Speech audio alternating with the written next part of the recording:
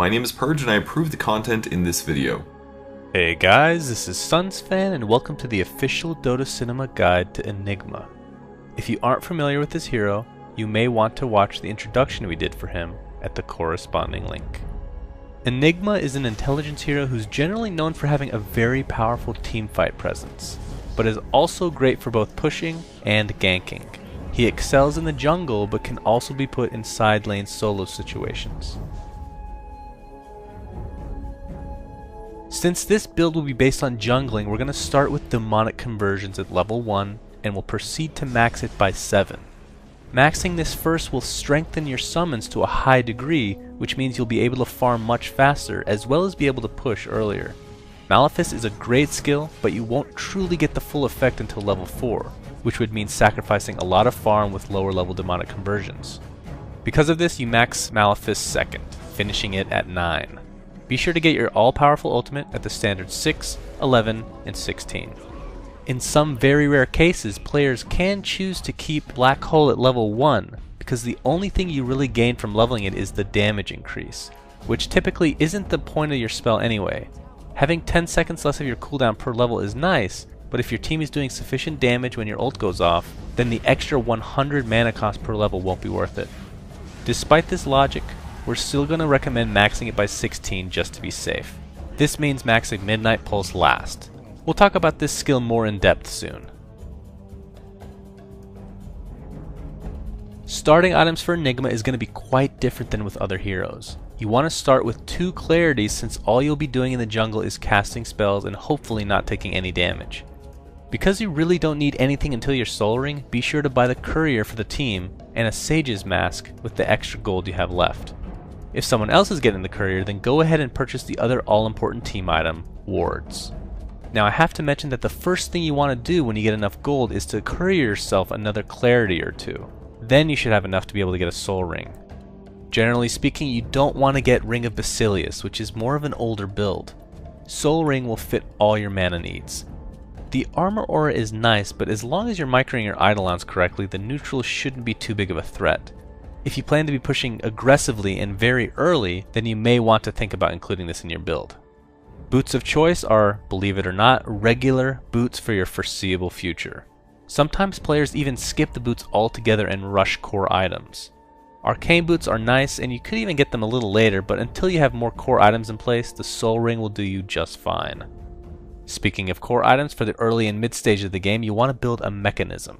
This will give you a great deal of tankiness throughout the game and will aid in your pushes. Then we get to the 2 items that you would expect on any Enigma, and that of course is the BKB and Blink Dagger. Certain situations will call for both of these items, while others may only need one. The BKB is obviously terrific since your ultimate is channeling, and the Blink is great for those surprise attacks where you can catch multiple people in your black hole. Since that's all Enigma technically needs, everything else can be chalked up to either luxury or situational. At this point you can finally upgrade your boots, which since it's going to be late game in all likelihood, just make treads for tankiness or boots of travel for awesomeness. A Scythe of Ice is also great to add an additional disable to your team. A Shiva's would be nice for added punch to your initiation, while even a refresher can be picked up to enable you to have great back-to-back black holes. Past this, certain items such as Yules, Necronomicon, Force Staff, or even Ghost Scepter can be purchased depending on what your game needs. Starting the game, it's important to convert a creep at the very first wave whichever lane needs it more. The side solo may need the lane to get pushed back a little bit, or mid lane might just want to give the opposing mid less experience. Because jungle creeps don't spawn until 30 seconds, you'll have plenty of time to get back to the fountain and refresh your mana.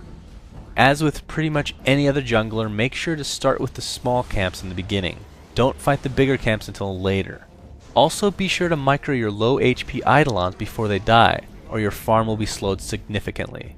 It's not the most difficult of tasks, but still may require some practice to become adept. Once you've hit level 4, you can gank the adjacent lane if it's pushed up. Obviously you'll want to layer your stuns as best as possible, and if the gank is successful, you can try applying some pressure to their tier 1 tower. If they gather any kind of defense, then just fall back and continue jungling. The soul ring that you'll have at this point will allow you to just AFK farm if need be, but try to be a cuddly teammate and gank every once in a while.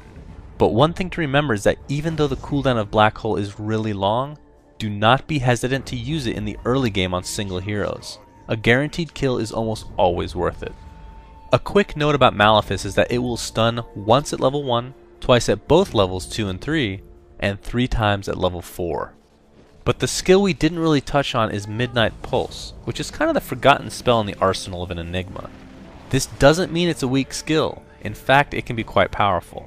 The problem is the way you play as Enigma a lot of times will not afford you the time to even cast it in important situations. The synergy though makes perfect sense.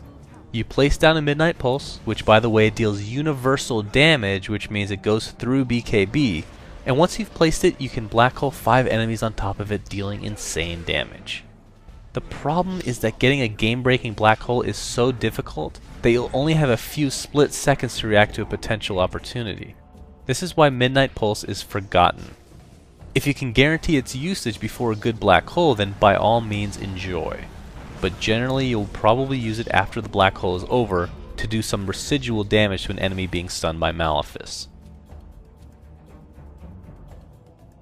Friends of Enigma are too many to list, but to give a little generality, any teamfight hero would love to be teamed up with someone like Enigma. A small list would include Sand King with his Epicenter, Ancient Apparition and his Ice Blast, Quap with Sonic Wave, Keeper of the Light with Illuminate, and my personal favorite combo, Lich with Chain Frost. For Enigma's enemies, we'll stick with 2 groups. The first group are heroes that will disrupt any jungler, and I would guess no introductions needed for them as it's Chen and Enchantress, both of whom can excel in the enemy jungle. Group number 2 are heroes who can disable Enigma's ult through BKB. Examples of this include Vengeful Spirit's Swap, Beastmaster's Roar, and Silencer's Global Silence. One special mention must go out to the neutral Dark Troll Warlord, whose Ensnare will go through BKB as well, meaning technically there's always a counter to a BKB'd Enigma. Thanks for watching, and please remember to subscribe to our YouTube. Also a big thanks to Flawless and Purge for their help in writing this guide. You can check out their awesome channels in the video description. Also be sure to visit our website at dotacinema.com and visit our Facebook at facebook.com/dotacinema.